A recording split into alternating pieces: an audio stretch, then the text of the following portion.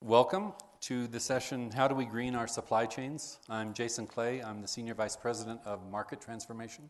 I'm with the World Wildlife Fund, and I head up our work with all our private sector partners on how they improve their supply chain management. Today we have supposed to have had four panelists. Kimi Ceridon, who's the Director of Sustainability Services at Sustainable Minds. I'm going to give very short intros here because they're all in your booklets. Frazier, who's the Vice President of Global Supply Chain at the Coca-Cola Company, and Sheahan, who's the CEO of Patagonia. So, why do we care about greening supply chains? I want to give just a bit of a backdrop and introduce some of the concepts that I think we're going to be talking about in this session. And then I want it to be pretty much a conversation rather than set pieces where each presenter makes 5, 3, 4, 10-minute talks. So I think the biggest reason we care about greening supply chains is because we live on a finite planet. And with the increase in markets for commodities in Asia, in Latin America, in 2006, 2007, 2008, it became clear just how finite that planet was as prices begin to go through the roof for basic commodities. Every use of resources has impacts. So we're not talking about some type of green supply chain that has no impacts, that has no net impact. In fact, we're trying to basically reduce impacts. We think that, I think this panel, we had a breakfast conversation about this morning, that the goal is continuous improvement, the goal is benchmarking against others, the goal is trying to improve every single company. The other issue is that most of the impacts in a supply chain aren't controlled by the retailers and brands. They're controlled way upstream from them or even downstream from them. That no company controls more than 15% of the impacts that are associated with their particular products. So what are we going to talk about today? We're going to talk about things like product design and how important that is from a sustainability point of view, and life cycle assessments. We're going to talk about what you control versus what you're responsible for. We're going to talk about solving tomorrow's problems, not solving yesterday's problems. We're going to talk about sustainability as a pre-competitive issue. On a finite planet, why shouldn't all products be sustainable? Should consumers actually have a choice about a sustainable product versus an unsustainable product? Those are the kinds of issues. What is happening with global trade? How will that affect supply chains? What is happening with climate change? How does that affect supplies? How does that affect where you build your processing plants, et cetera? So those are some of the major issues that I think we're going to get into. I'm going to start with Rick.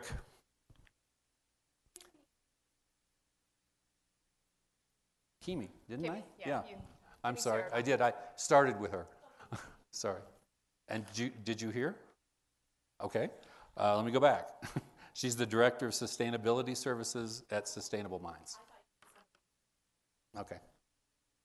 So, Rick, can you paint a picture of Coke's global supply chain, just to give an idea of what one company's supply chain looks like? Yes, thank you. First of all, I'm going to start off with supply chain 101. It's pretty simple. You buy something, you make something, you store it, you move it. Pretty simple. Let's go. Let me talk, though, and put it in perspective of the Coca-Cola supply chain. I have the opportunity to steward a $64 billion supply chain, one of the world's largest. On the buy side, we are the world's largest purchaser of PET, aluminum, sugar, and glass. That's a pretty simple task. We buy about $28 billion worth of that. On the make side, we have over 900 manufacturing facilities in over 200 countries, and we have another 300 third-party contractors that produce our product. Then on the storage side, we probably have on a global basis somewhere between 500,000 to 600,000 locations where we store it, and when we deliver it, we have about 200,000 vehicles out there that deliver our product. Now, that was supply chain 101, and I think that's what traditionally people think of as supply chain, rather.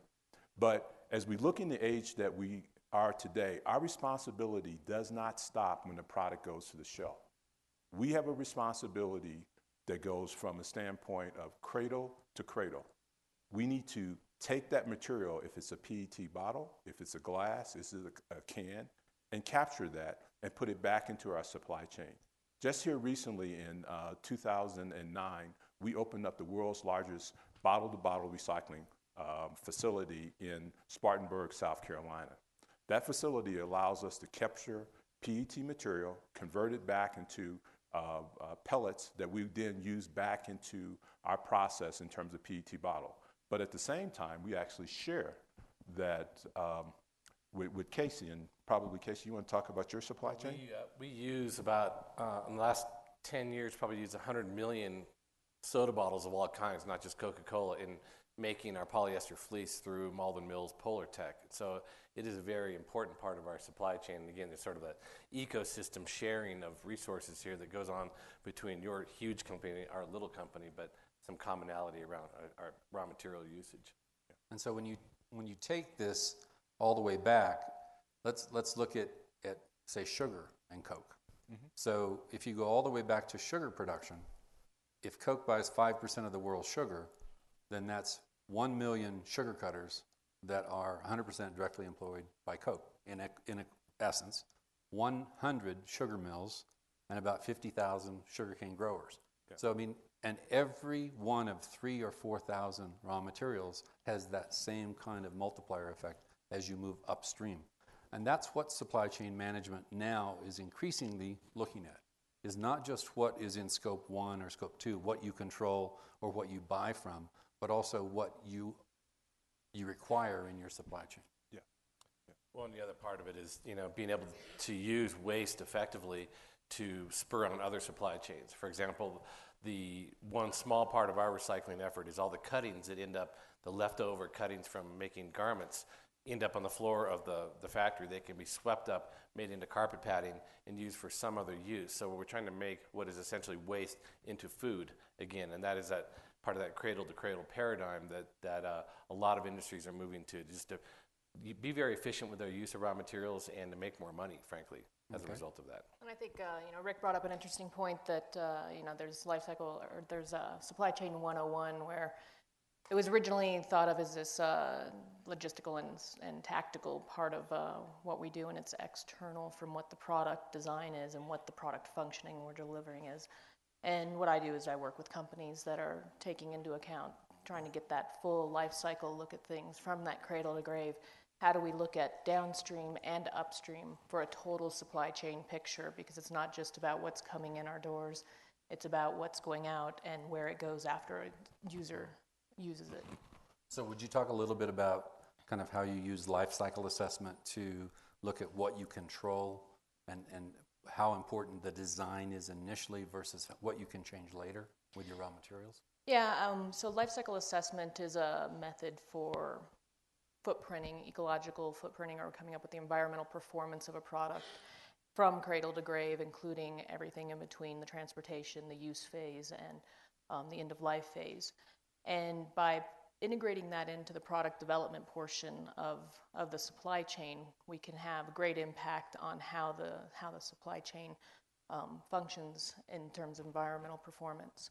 So by taking a life cycle look and a life cycle thinking approach towards product design, you can integrate features into a product that are partially driven by user performance and user behavior, as well as how do we think about things downstream and go for the biggest opportunities for improving a product and environmental performance. So your company had a goal of 2010 of making a 100% recycled and recyclable product. How did you do? That's right. And that began with a life cycle analysis similar to what Kimi was talking about, where we looked at our 4 major fibers. We looked at cotton, polyester, nylon, and wool. And we actually determined that cotton was the most polluting fabric being used in all textile industry. And that was the decision point for us to move towards organic cotton production. We had to create a whole new supply chain. In 1996, it didn't exist. So to go to Turkey, to go to Texas, to go to Central California, and to find vendors that would make cotton without using pesticides, defoliants, all kinds of organic materials, inorganic materials to stimulate the crop, hugely water intensive. and to get to a process that was less harmful was the first step for us. We set a goal in 2010 of having a completely recycled or recyclable line. We didn't get to that goal.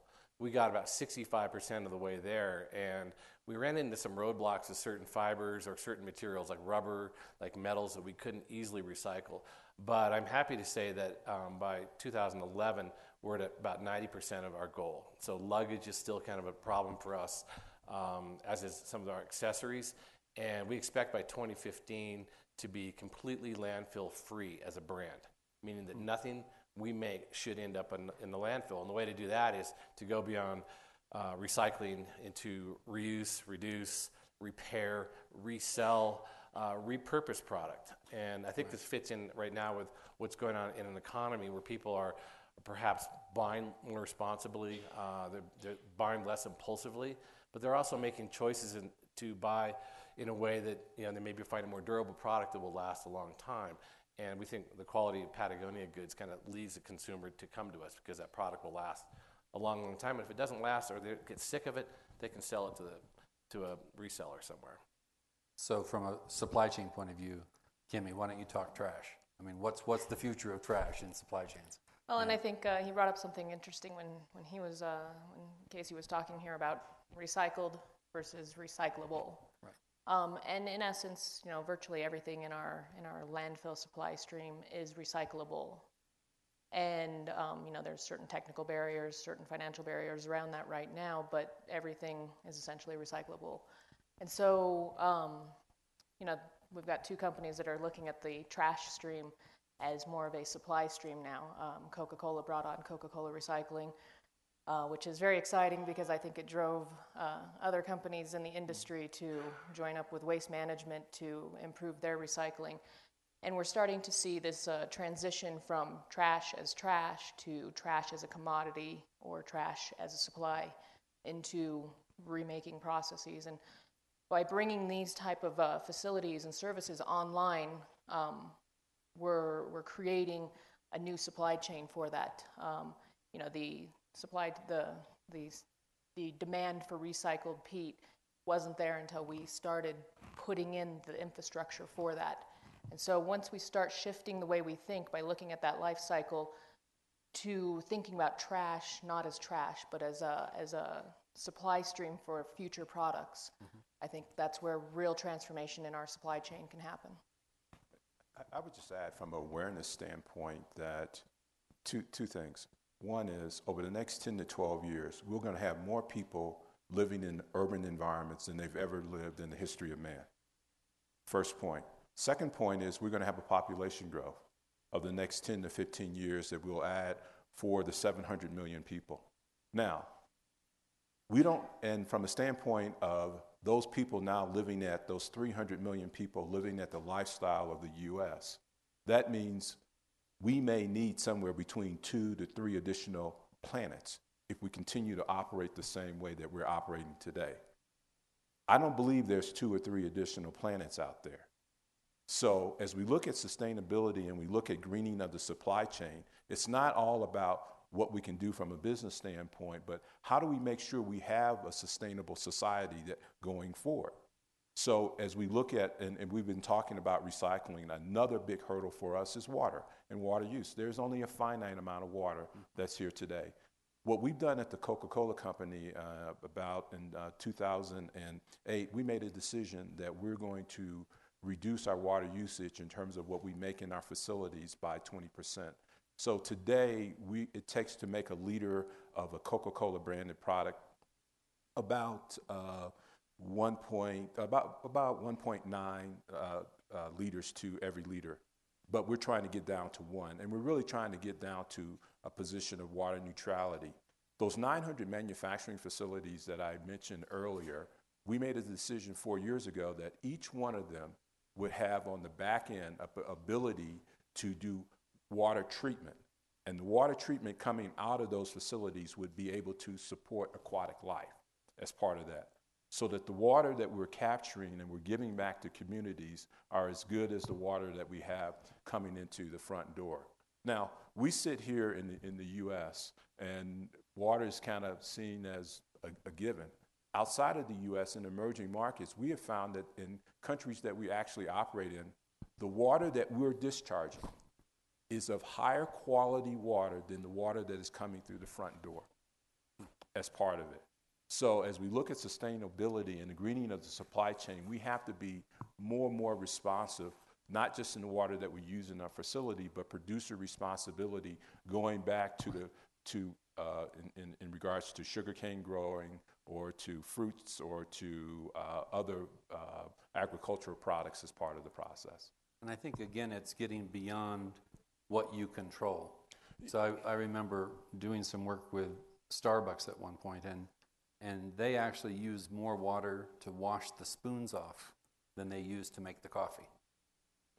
Yeah. But if you look at where the water is that's embedded in a grande latte, it's about 208 liters, and a third of that is in the milk, and 2/3 of it's in the coffee growing and processing. So, I think you need to look way up your supply chain to see where the real impacts are. You need to focus on what you can, like you're saying. It was a funny thing, you talk about water as we talk about it, is that as I delved into water, there has been water accounting going on for the last 15 years and water footprinting. And what we haven't done is taken in consideration what the implications are around that. So as we have this new urbanization coming in and more demands from a water perspective, we're going to have to be more mindful as we manage our supply chain. Yeah, so how does water affect? Well, yeah, so for us, I mean, I'm right in line with what you're saying. It's the next frontier for us beyond carbon footprinting and looking at other sources of energy use. But we estimate for a woman's small organic T-shirt that we use 703 liters of water in manufacturing that garment. About 2/3 of it is rainwater and about 1/3 of it is groundwater, and the rest is the dyeing process, et cetera. That's 4 bathtubs full of water, which is a huge amount when you expand it across a $20 million T-shirt business. That's a lot of units. So we're very concerned about this, and it is sort of interesting as population growth continues and global warming continues. About 2/3 of the world's population is going to be living in very high water stress areas here by 2020 and beyond.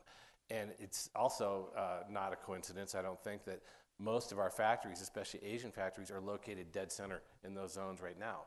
So when we look at central China, we look at Turkey, we look at India, Bangladesh, we look at those sourcing regions, those places are going to be running out of water much faster than other parts of the world.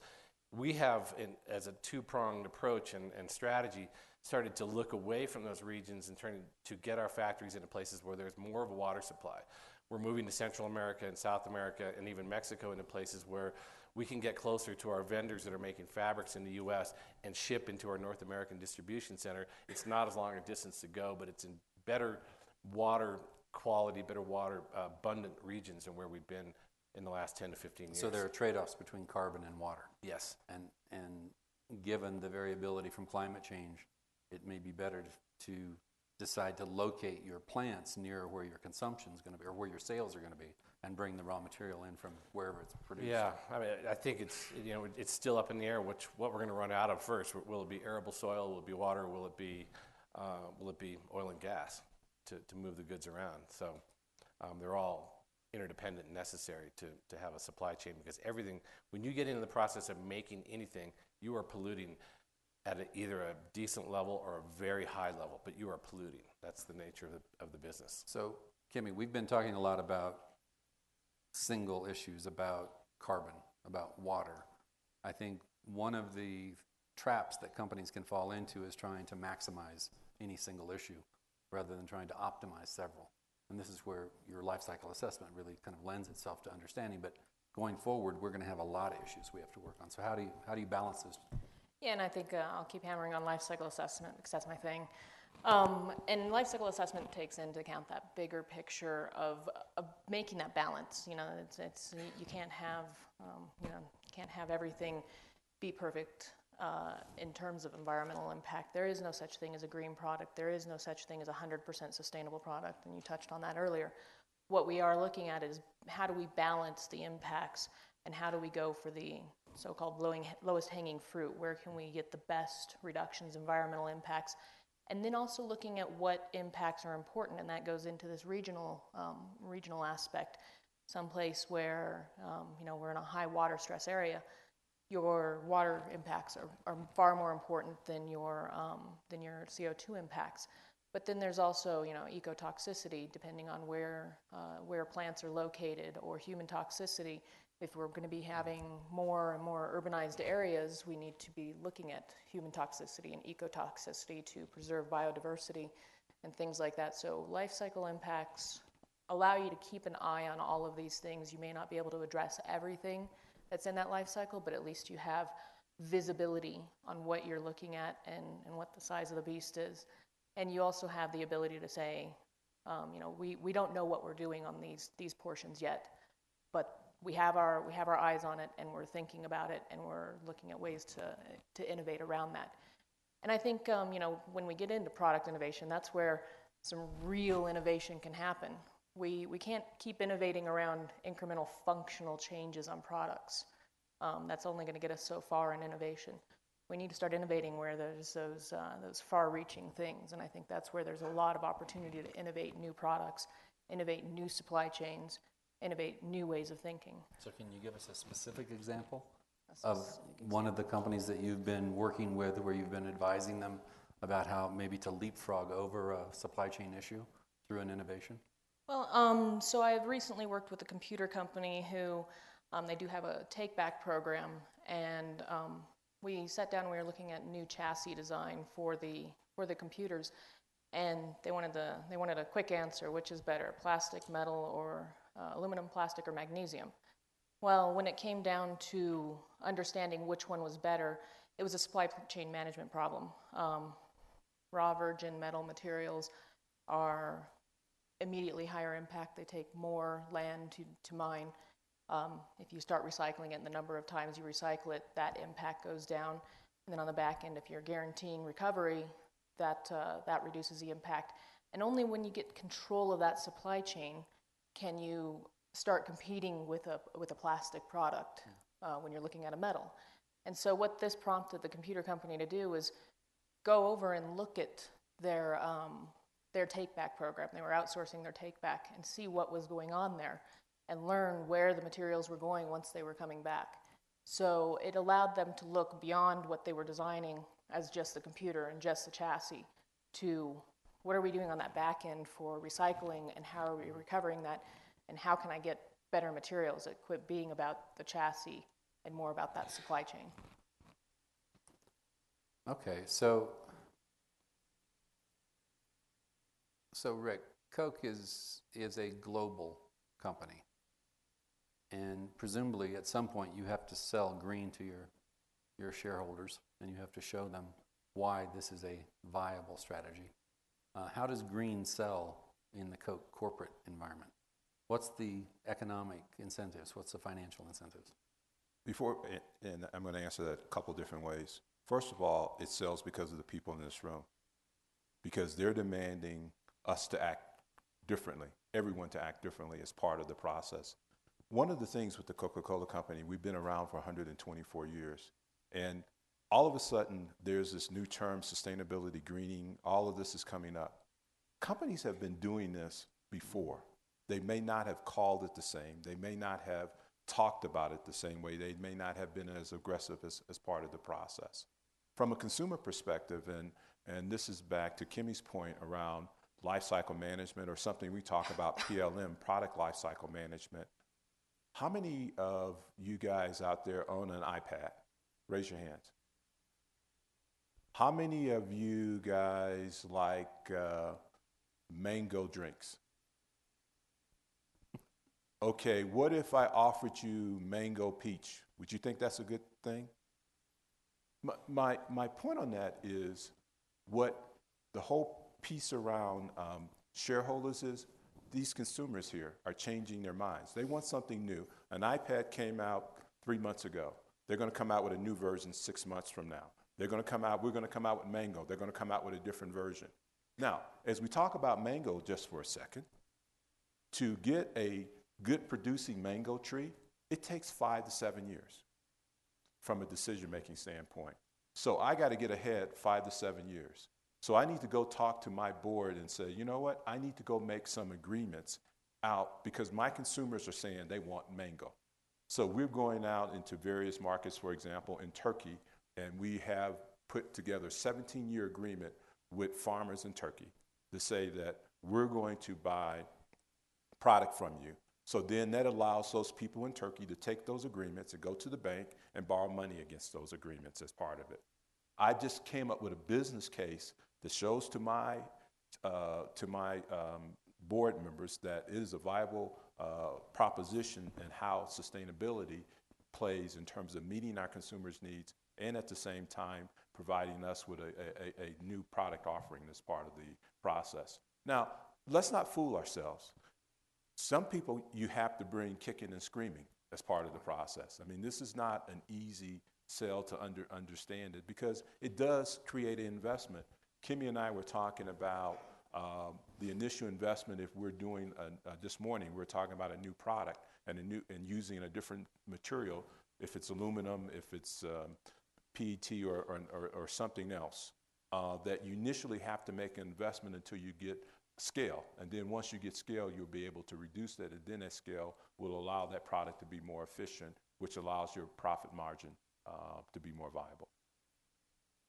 So when you're entering in these longer term supply chain contracts, and that's actually I think one of the things that the high price commodities in 2008 led to was much longer term supply contracts, getting away from spot market purchases and getting into longer term 1, 3, 5-year contracts. But are you thinking about buying anything else from those producers? Are you buying poverty alleviation? Are you buying carbon? Are you buying water? Are you looking at any relationship to another part of your company? I would say yes, and I'll talk something near to home is Haiti. We just started something called Haiti Hope. If you're familiar, Coca-Cola makes a product that we own a brand called Adwala. And basically what we said was that we're going to come up with a product called Mango Lime. All the profits from Mango Lime will go to 25,000 farmers in Haiti. We're also going to invest $7 million with those 25,000 farmers, $7.5 million as part of that process. We found that in order for our business to grow, we have to grow in sustainable communities.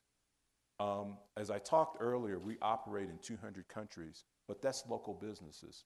Those local businesses are owned by local franchises, which then force us to make sure that we are part of the communities to be sustainable over time. And the other thing that we've done in Haiti is that we said that there has to be a very strong representation of women in leadership positions and women farmers as part of the process. So the benefits is building a stronger community as we grow our business going forward. So Casey,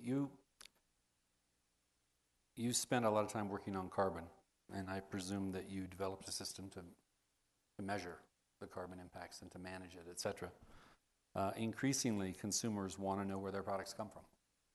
So what are you now beginning to measure that you didn't in the past, and how transparent are you about all of this to the consumers, and what are the implications of that from a legal point of view, from a liability point of view? Well, we, as a private company, we can take a lot more risks than a public company can in terms of kind of revealing what we're doing. One of the things we did about 5 years ago, we struggled with how do we come up with a CSR report that actually works within the Patagonia paradigm, which is great storytelling, websites, catalogs, all the things we're known for. And we came up with something called the Footprint Chronicles, where we actually went out with video cameras and still cameras and shot slides, went into the factories and just revealed what was going on there. And we went beyond that to actually start to publish in narrative form all of our audit reports, both on the quality front, the social environmental aspects of each factory, and we just published them. And that way, there wasn't anything that the customer could pick out, in an isolated form. They could look at the whole boring report if they wanted to, and know everything that we were doing, everything we were finding in terms of our energy usage, our CO2 usage, and as it's going to turn out now, and we'll be getting to water indexing and doing all those kinds of things. This was done very transparently, and we actually we opened the kimono, so to speak, before we even really had our act together, because we felt it was good to start and then learn as we went, and we'd be forgiven for those initial kind of mistakes or areas where we weren't quite sure about. What we found out was that you have to start this process. If you're not talking about an area of your supply chain openly, there's probably something wrong. So we did it, and we've got a lot of accolades. We're learning a lot from scientists, from sociologists, from people out in the field, from they're giving us their feedback and helping us through their feedback about how to be a better supplier. So we learned a lot, and it's still evolving. We probably have 150 products up on our site right now. We're talking about everything from how it's made. If you're looking at a piece of wool, we're actually able to trace that wool back to the ranch that sheep grazed on. Are they grazing in a sustainable way? Are they treating that animal humanely? We tell the whole story right down to the beginning, and that's the depth of information that we're providing, and I think we've been rewarded for that in the marketplace. We've had two of the best financial years we've ever had in the middle of this financial crisis. So, Jason, I think they brought up two interesting things in their talk there: transparency and scalability. And I think those two things go hand in hand. We can't scale sustainability by ourselves without having transparency, and shared IP, and collaboration across industries for greening those supply chains. We can't have the keep hiding the black sheep. There needs to be the collaboration across industry to make that transformation. And I think they both touched on that. So every company's a data point of one. How do you know how you're doing? How can you benchmark yourself if there's not open source, if there's not an ability to look across? I know some of the soft drinks and also the beer industry is beginning to look at how much water they're using and comparing each company, and they're publishing their data. What other kind of efforts are going on to go beyond a single company and actually look at an industry and compare notes and use this to push themselves? We're working on several different fronts and talk about collaboration. First of all, I think the key takeaway is no one company, no one person can do it. It has to be a collaborative effort. It has to be a collaborative effort with NGOs. It has to be a collaborative effort with governments. And it has to be a collaborative effort within industries and outside of industries. It would be Coke and Patagonia getting together around recycling and PET as part of that. We're working in the World Business Council today around refrigeration, specifically HFCs. And we have our competitor that's part of it, other leading companies, and the grocery industry around that. When you think about HFCs specifically or carbon, the first thing you would just say in the Coca-Cola company, it would be around the 200,000 trucks that we have. That's not our big carbon footprint. It's our refrigeration units. And over the last 3 years, over the last 5 years, we reduced that by energy management, cutting that by 50%, using HFC-free installation. And now we're looking at by 2015 that we'll not purchase any equipment that is not HFC-free. But to do that, it's back to building scale. We got pushed, and I'll be very transparent, by Greenpeace on that. I mean, they pushed us hard. It was adversarial. Now we have a relationship with Greenpeace in terms of helping us as part of the process. But they wanted us to do something that we went to industry manufacturers to say, let's purchase the technology. And they said, we can't do it. So it's taken us about 5 to 7 years to build the scale that we can now say by 2015 we'll move to the position of being 100% free. We're on a similar path. I think that collaboration is key, and you can save so much time and energy, not replicating your own efforts. Every company trying to do the same thing in terms of creating environmental indexes or social indexes. We're sharing information, but the big one for us was about 2 years ago, Walmart came to myself and Yvonne Chenard, who's the founder of our company, and they wanted to meet with us.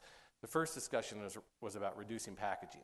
And if you look at what Walmart is producing just in terms of the plastic things, they wrap around things, you could literally reduce landfill submissions in the U.S. by 30% by getting around their packaging. and getting rid of some of that stuff. And they saw our Capilene underwear, which is basically wrapped with a piece of, a rubber band around it. That's the packaging. Then we got into this whole notion of creating an apparel code of conduct, apparel index that we would bring in other large manufacturers. We now have what's called an apparel coalition with Walmart, Marks & Spencer, Nike, Timberland, Levi's. There's 25 different manufacturers that represent about 60% of the U.S. open to buy in apparel.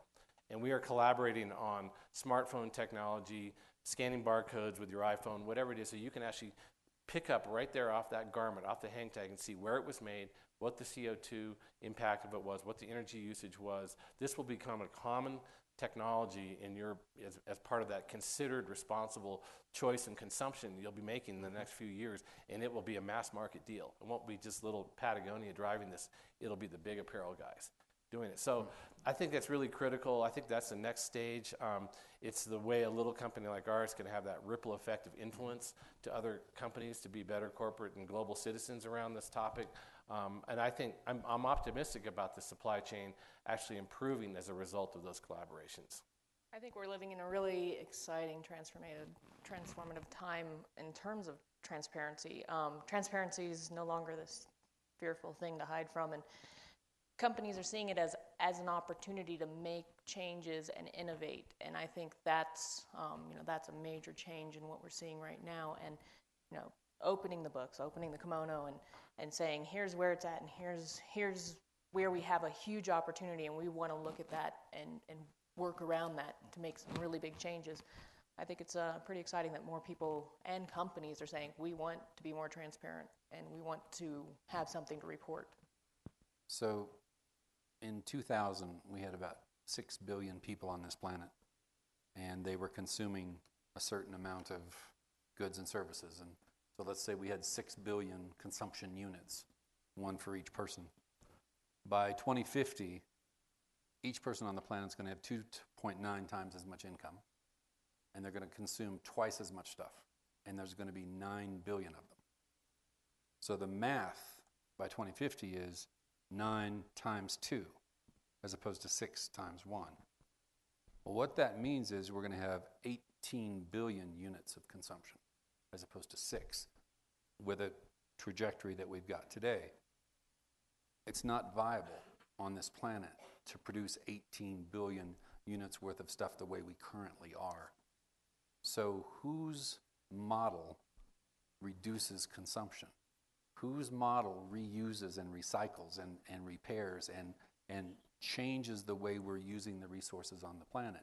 Is that the next stage of supply chain management? Go ahead, Casey. It's going to come down to the consumer. The consumer's habits have to change first. That we're living in a time of incredible abundance, but like I said before, overconsumption, impulse buying, and the recession has sort of curbed that. But I see this trend as soon as there's signs of economy improving, everybody goes out and is buying like crazy again. Do they really need all that product, or do they just want it? And that's what we're trying to, as part of our messaging around this, we're trying to get people just to buy what they need. We don't care if sales flatten out, or just get people into buying durable, long-lasting product that they really need, not just because it's this year's color or this year's model. That sounds heretical, but it's... I'm on the other side. I want to encourage consumption. I'm a capitalist. And just to put your numbers in perspective, every day there's 1.6 billion consumptions of 8-ounce Coca-Cola branded products. That's sparkling juices, juice drinks, teas, and so forth. Every second there's 18,000 consumptions of Coca-Cola. We believe and we want to double our business in 2020, but we can't double the use of materials. Right. We have to get smarter as part of the process. To me, there is nothing wrong with growth. It's how you manage the growth. And we know that there is, and this back to an earlier conversation we have today, it's a math equation. It's a math equation in terms of how much material is out there. What we need to do is to figure out how do we better manage that material that we have out there. And we, as capitalists, we get very smart about that. because we don't want our growth to be inhibited as part of a society, because it brings up the overall society, just not from a wealth standpoint, but from a standard of living, from an education perspective as part of the process. And that's why, from my perspective, going back to sustainable communities and making them stronger is part of the challenge that we have as being the Coca-Cola Company. And I think they mentioned two of the portions of the consumer and the producer, and we need to design around changing user behaviors. How do we design for upgradability? How do we design for these coveted artifacts that people keep forever and ever and don't want to have the newest one tomorrow? I think there's a major portion that businesses play in that user behavior role. It's not just telling consumers stop consuming. It's about giving a product that they want to keep, or they can upgrade, or they know how to recycle, they know how to disassemble for recycling, or they know how to send it back to the manufacturer. So it's a give and take on both sides. We can't just say, let's stop consuming, but we need to incentivize why we would stop consuming. Well, I think it's partly about where we invest. So from a food point of view, on this planet, we produce a lot of food, and 1 in 3 calories we throw away. And it doesn't really matter if you're in a developing country or if you're in a developed country. It's 1 in 3 calories. We throw it away for different reasons. In developing countries, it's post-harvest losses, lack of infrastructure, lack of refrigeration, lack of storage, all kinds of things. In developed countries, it's you throw it away out of your refrigerator. Everybody wants great fresh produce, so that the grocery store ends up throwing half or 60% of the fresh produce away because it doesn't look right. In Japan, 50% of produce is rejected at the farm because it's not perfect. We got to get over this stuff. We can't produce as much as we could consume globally in terms of all 9 billion people. We can't produce our way out of this. We know that some producers are 100 times better than others, so we can get a lot better at it. But we got to invest in things like waste. We were talking trash. That's a perfect source of raw materials for all kinds of things. That's a way to take pressure off. But I think we can't avoid the consumption issue either. We've got to be looking at that because it's one planet. We don't have 2. We don't even have 1.3, which is what we're currently living at right now, is 1.3 planets. Yeah, I think the current crisis right now, and there's a great book I recommend everybody read by Gunter Pauli called The Blue Economy. And he talks about, the crisis now in creating food out of the waste that we have, or food or new raw materials. If we can start to do that, that will slow down this, the raping and pillaging and extraction of all these resources that we're currently needing to feed the emerging economies of China and Brazil and the rest of the world, and the U.S. at the current level, which is a little stagnant. But that's where it has to start, and looking holistically at the world as an ecosystem, not just looking at it as it's something to take from here, make it, take it, and put it over there. Mm-hmm. And that's the conversations that I had here with Rick was great, because we have a commonality here in our supply chain, and you wouldn't think that these companies are similar, but we're similar in our water consumption. We're both suspect there, and we use polyester in great quantities. That's what my clothing is made out of. So we're in one little world supply chain that we share. I think I joked this morning that wouldn't it be an ironic situation that Coca-Cola recovers so many of their bottles that Patagonia now has a supply chain problem that they can't get their polyester. We can help you out. For a small fee. For a small fee. Okay. So as another global trend is that the increases in population, the increases in consumption. You touched on this earlier, Rick. Mm-hmm. By 2050, there are going to be more people living in cities than are alive today. Mm-hmm. There are also going to be more people living in Asia and Africa than are alive today. And the center of consumption is going to shift more towards the tropics. The markets are going to shift there. The demand's going to shift there. A lot of the supplies are going to shift. What does this mean for a global company? What does it mean for supply chain management? What does it mean for how you manage your materials? Those are, how do we start thinking way forward as opposed to looking out the rearview mirror, looking at yesterday's problems? And the first thing is 2050, 2020 are not that far away. Right. You have to start doing things differently today. And that's going back, as I would say, producer responsibility back into the supply chain and understanding the amount of water, understanding various techniques from a growing perspective as part of it, understanding, and this is back to the product life cycle, is designing a lot of that change in mind. The other thing I just push us on is that we cannot look at we can't take today's solution and project that to solve tomorrow's problem. We have to be very transformational in our thinking about how we're going to solve those problems and really push ourselves to think out of the box, to take some risk. And part of it is from a transparency and a governance standpoint. When we take risks out there, sometimes being a publicly traded company, you're not rewarded as part of that. Well, but that's the things that we have to do if you're going to lead in communities to make those type of changes. So we've talked a lot about B2C and the fact that maybe the B2C model is shifting a bit towards B2B and pre-competitive kinds of collaboration, et cetera. I guess my question is, what's the role of government in all this? I mean, basically, for those of us who are interested in environmental issues, Copenhagen wasn't a very good outcome. And governments didn't really step up to the task of managing the planet. Are companies going to do any better? And what's the relationship between the two, and how do we need to get that a little more in sync? Private, voluntary versus regulatory. Well, I'm pretty clear that I don't believe that the government's going to solve our problems. Haven't been able to, won't be able to. It's going to be up to the individual companies to kind of clean up their own acts first, and influence others to do a better job. We're going to wait a long time waiting for our government to get. Our current government is frozen, paralyzed right now, not just by the Gulf crisis, but by managing any of the legislation that's ahead of them. There's 250 bills that came over from Congress. They're sitting in the Senate, and they're just parked there. There's nothing going on there right now. Look what's going on with Interior right now. I'm very pessimistic about our ability to actually move the meter very quickly at government. So I would say when you have those kinds of issues in front of you, go to yourself, fix yourself first. Bring some leadership into your company and manage your employee base and work with them and spread this goodwill through your company and do the right thing and influence other companies, and maybe the world will be a better place. But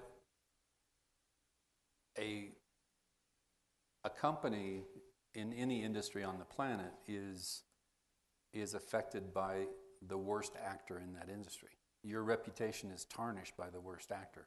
How does a company work with government to push the worst actors? Because I think if you look from an environmental and even a social impact perspective, the bottom 25% of performers in any industry are probably accountable for 50 or more percent of the impacts that you'd want to get rid of. So if we just focus on trying... Hasn't worked the whole time I've been here. And in fact, this is Howard Shapiro, who's supposed to be on this panel. Patch him in. Put him on, mic it up. So, anyway, where was I? So we're actually I forgot where I was. You were saying the role of government. It was memorable, wasn't it? Yeah, it was about the bottom 25%. I think going in the direction you were going. The bottom 25 bad guys, how do you influence? So, because they tar the whole industry with that So brush. most of the certification programs, most of the eco-labels, most of the programs intended to reward the best performers don't actually connect to the worst in any kind of significant way. So if there are 3 or 5 or 6 impacts that we think are the most important from a results point of view that should be changed, that should be addressed, why can't we take those 5 or 6 that the best companies are doing and get government to begin to work on the worst companies on those same 5 or 6 points? Because then we can shift the entire bell curve. We don't just focus on the best, we don't just focus on the worst, we shift it. I think everybody has an oar in this water. Yeah, but I would push on that is we can't put everything on government. We are government because we put the people in office either in the private sector or in the corporate sector. And change is going to be driven, and most change from a transformation standpoint, has not been driven over time by government. Right. It's been the coalition of companies coming together. It's been people in terms of pushing companies. It's been really a total partnership as part of the process. We have to be self-policing to ourselves, because consumers change that. They're not going to buy from companies that are not very strong from a sustainability standpoint. And that's because you're not strong from a sustainability standpoint, you're not strong from a quality perspective. You're not strong from a safety perspective. So I think those things are going to change. And at the same time, if those are the smaller companies and they're not performing, they're not going to exist over time as part of the process. So that's just From my perspective of doing life cycle assessments, I do think there is a place for environmental product declarations, where we need to set a stake in the ground saying this is something to target.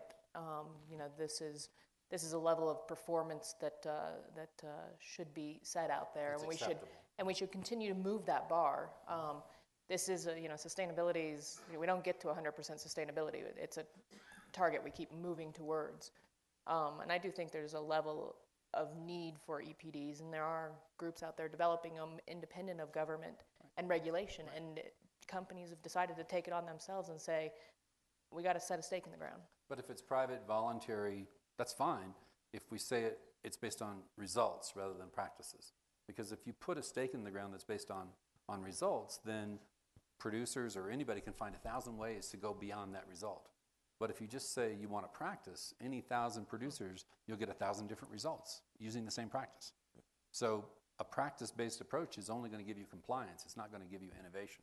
If you really want innovation, we need to start setting the stake in the ground and saying you got to be this good.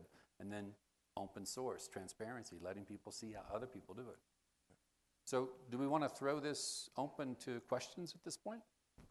Do people want to ask questions at this point? We do. We have questions.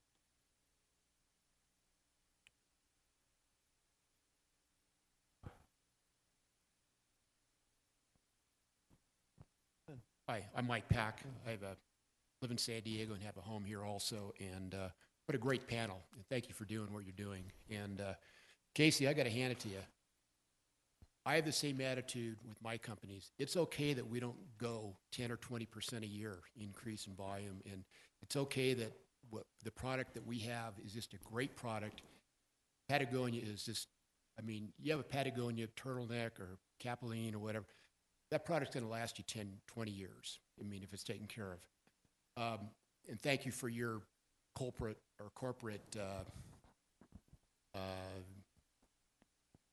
I'm not sure exactly what the word governance is for not having to drive that company. Rick, on the other hand, I own Coca-Cola. I own a lot of that stock. It's the single most... I always wondered who owned Coca-Cola. It's the single most known word in the world. Yes. Okay, you guys are everywhere. I've seen PBS specials on your company, the whole history. It's a fabulous company. And I'm not sure I agree with your need to grow this company and double the size of this company in the next, 12 years. 12 years. I'm not sure that needs to happen. You guys buy vitamin water, spend way too much money for it. It's a great product. You guys have it. You have a marketing outlet for it, and it's wonderful. But you know what? I drink a lot of Coca-Cola. It seems to go with boats and rum and Coke. I don't know how it is, but it's just, I don't know. I didn't make the rules. So in any event, I think it's okay if the stock of Coca-Cola in the company does not double itself in the next few years. But thank you for the products that you do have and your outlets and how you market and distribute your products and what you're doing environmentally. Thank you. Okay.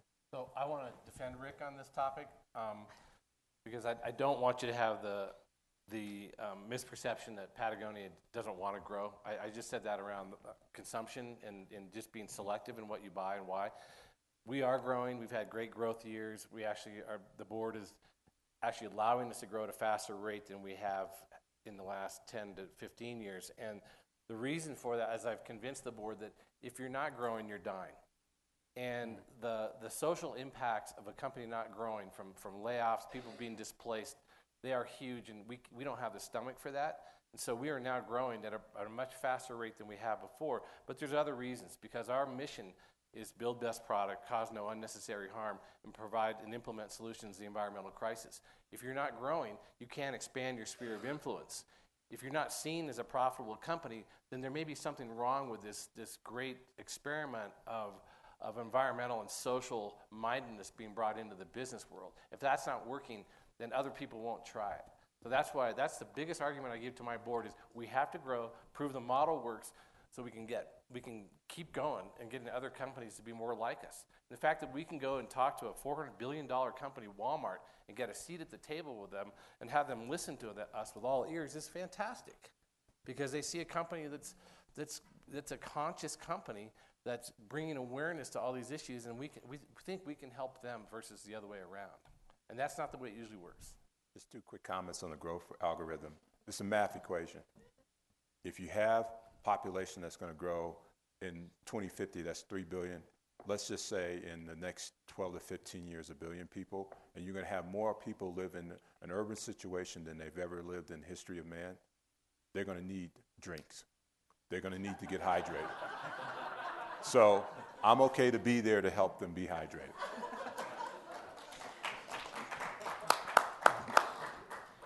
Well, I mean, they're going to need food too. Yeah. And that remains to be seen how they're going to get it. My name is Don Flax. I live in Bedford, New York. I want to talk about government involvement in setting standards. It's nice to think that you can self-control these things and do it without government standards, but if our government has stepped in 10, 15 years ago and required the automobile industry to do 35 miles per gallon, we wouldn't have a lot of the problems we would have today, and General Motors probably wouldn't have had to go bankrupt. And I think Jason brought this up, is that, you know, we're incentivizing the top performers to keep being top performers, and we're not incentivizing bottom performers to move up without some kind of government intervention. I was at a dinner the other night with Shell, and the note on that was, you know, Shell's being defined by the performance of their worst performer right now, and they are being lumped with the rest of the oil companies. So, as you're saying, an industry is defined by its worst performer.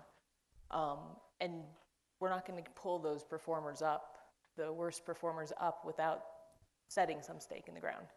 I think there's a place for it, whether it's going to be Coca-Cola dragging the rest of the beverage industry with them, or if we're going to have to put a regulation stake in the ground on that. But getting the metrics right is important. And I think miles per gallon has become a metric that people have accepted, but 30, 40 years ago, it was about safety. I mean, that's what government regulation was mostly about in the automobile industry, making cars safer. And now we realize that, well, actually, maybe it's that energy thing that we need to be focused on a little more. But using the best to pull the bottom, I think, is very important. Hi, I'm Suzanne Farver. I'm on the faculty for a corporate sustainability class at Harvard, and we're going to be focusing on the food and beverage industry this fall. So one of the things we try to focus on as well is getting sustainability into the whole fabric and the mission and vision, and obviously that's happening at Patagonia. So my question is for Rick, how much of a seat at the table do you have at Coke as far as sustainability is concerned? Is that part of the overall mission vision? The chief sustainability officer is Muhtar Kent, who's the CEO. He makes it very, very clear that, and it's back to sustainable communities that we operate in, that in order to make that happen, sustainability is at the heart of the Coca-Cola company. And I continue to go back, and I would say Patagonia and others, this didn't start 5 years ago. This has been part of the culture, and we talked about that over breakfast, is that companies that have been able to survive and companies that will survive will do it basis their understanding of sustainability. And how you define it, you can define it in different ways. If it's around package, it's around water, packaging, and so forth. But I'm just going to go back just real quickly on CSR because we talked about this earlier. 15 years ago, people were more concerned about facilities in Asia and India and so forth around, are the people being paid properly? Are they operating in safe environments? Are they being treated the right way? Well, now that's acceptable. Boom. If that doesn't happen, we won't produce there. No one knows. Now what we're trying to understand is, are we using the right amount of water in the most efficient way? Are we using energy in the most efficient way? Are we transporting things the most efficient way. So it's evolving back to the continuous improvement side of it. And the other thing I would just say, and this is around, Jason, you made the point around food versus beverages. We are a liquid food company. We just so happen, because we provide the largest ready-to-drink juice company. Juices and juice drinks, teas and coffees, and then we're putting various vitamins and minerals as part of the process. So we're meeting nutritional needs as part of it. So I just wanted to add that. Hi, my name is Lionel Bonny. I work at Rocky Mountain Institute. I had a question about the take-back programs.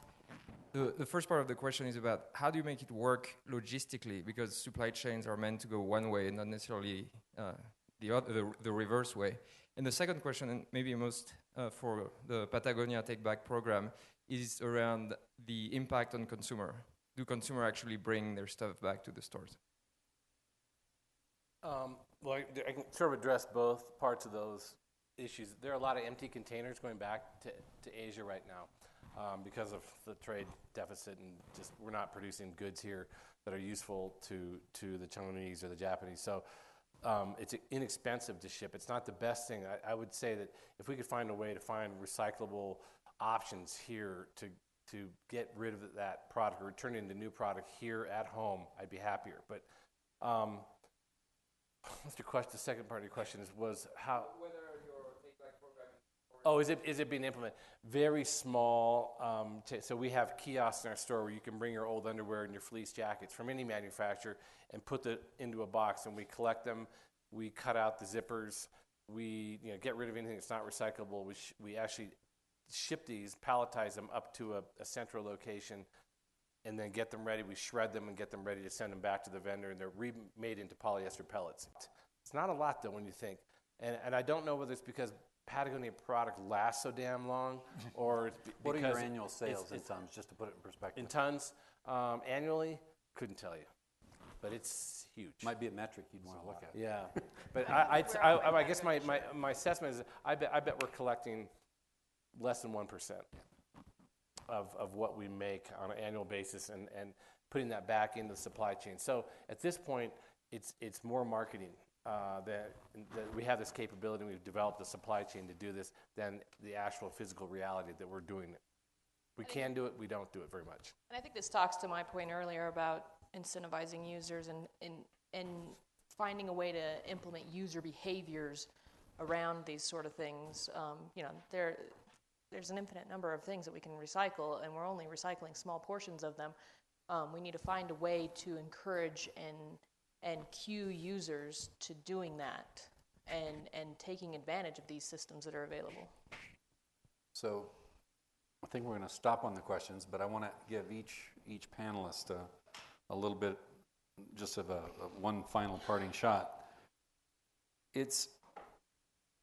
I think supply chain management is a journey of continuous improvement. It's always going to get tougher. Whatever is sustainable with 6 billion people isn't going to be sustainable with 9. So we've got to just continually improve. What do each of you see as either the biggest opportunity or the biggest obstacle moving forward in your job, the way you see the world, whatever? I guess I would first answer that question by saying that I started my comments by saying I operate one of the world's largest supply chains. I don't take that very lightly because I can impact people.